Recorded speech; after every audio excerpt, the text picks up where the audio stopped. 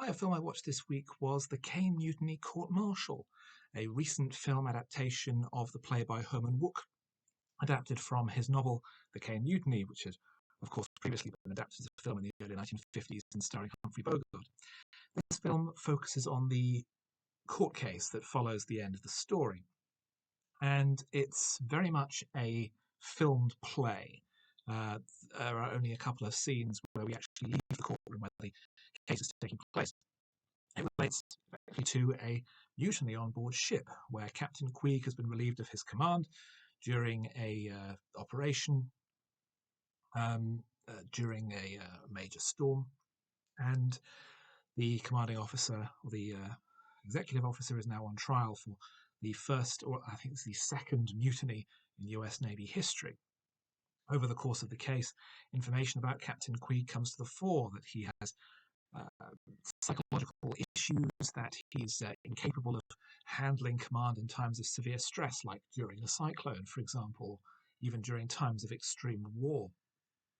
And we are gradually led towards the conclusion that despite Queeg's otherwise spotless record, he is a strict disciplinarian, a man who is deeply neurotic and takes his neuroses out on his crew, and ultimately pays the price by being completely incapable when placed in an extreme situation and having to be relieved of his position. The twist, however, and this is important to discuss at this point, and it's very difficult to talk about the film without spoiling the ending. The twist is the final scene, where, having mentioned earlier in the film that one of the senior officers on board the ship has sold a novel, this is invited to a party to celebrate that he has been given a large advance for the book and that he's going to be a successful author.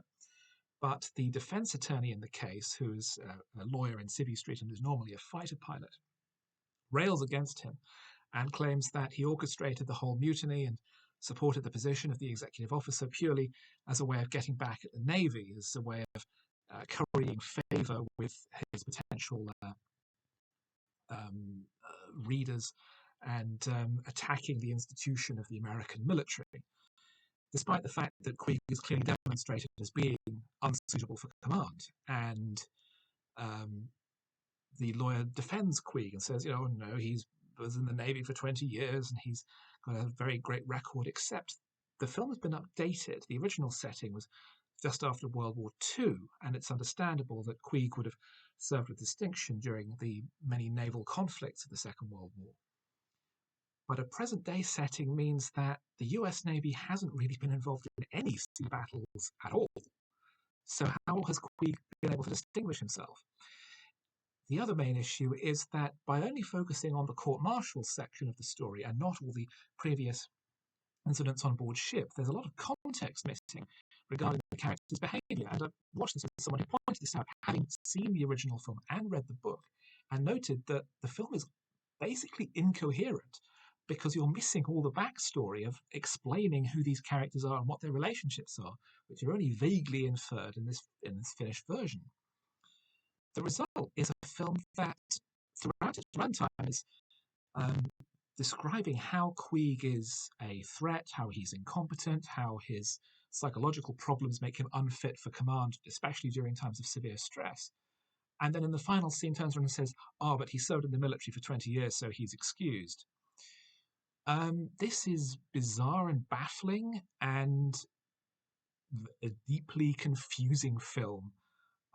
I've checked, and this is in the original material, and it's very strange that the film seems to have the position that regardless of the competence of the senior officer, the chain of command must never be questioned, and that the military is beyond any type of question under any circumstances. It's a very, very strange position for a film to take, that an incompetent officer cannot be removed from his position if he's been in the job for long enough. It does point towards the whole idea of Joe Biden deserving to be president because of his decades of public service, regardless of his fitness for the role. The film was adapted and directed by William Friedkin, and it was Friedkin's last film, and it shows some really strong performances, a really great visual command of how to make the courtroom space exciting and engaging. There's a great spareness to the production as well, because there's basically no music. There's a very brief music cue over the title card and a song, which is very poorly chosen over the end credits, but there's otherwise no music at all. It's entirely on the performances and the writing. The performances, as I say, are very strong. Kiefer Sutherland as Captain Queeg is good, although he cannot shrug off the spectre of Jack Bauer. Lance Reddick, in I think his last completed film role, is very good as the judge. Jason Clarke as the defense attorney, I thought was very good. But it can't overcome the fact that the central message of the film winds up crossing over its own toe line. It, it, the excuse that, well, it doesn't matter how incompetent someone is, if they've been in the job for long enough, they've earned it through their years of service. But if they're incompetent, they're a threat. Queeg is clearly guilty of being a major danger to his ship and his crew, but the film excuses that because apparently the military is beyond question. I found this to be deeply baffling and a weird, antiquated notion for a film, especially when it's stripped from its World War II setting for a non-combative present day. It's a film that makes no sense at its core, and yet it's derived from the original material. So it's a case of textual original sin, and as a result, I can only assume that although it balances out in Wouk's original work, here it doesn't work at all, and it's a bizarre and incoherent film.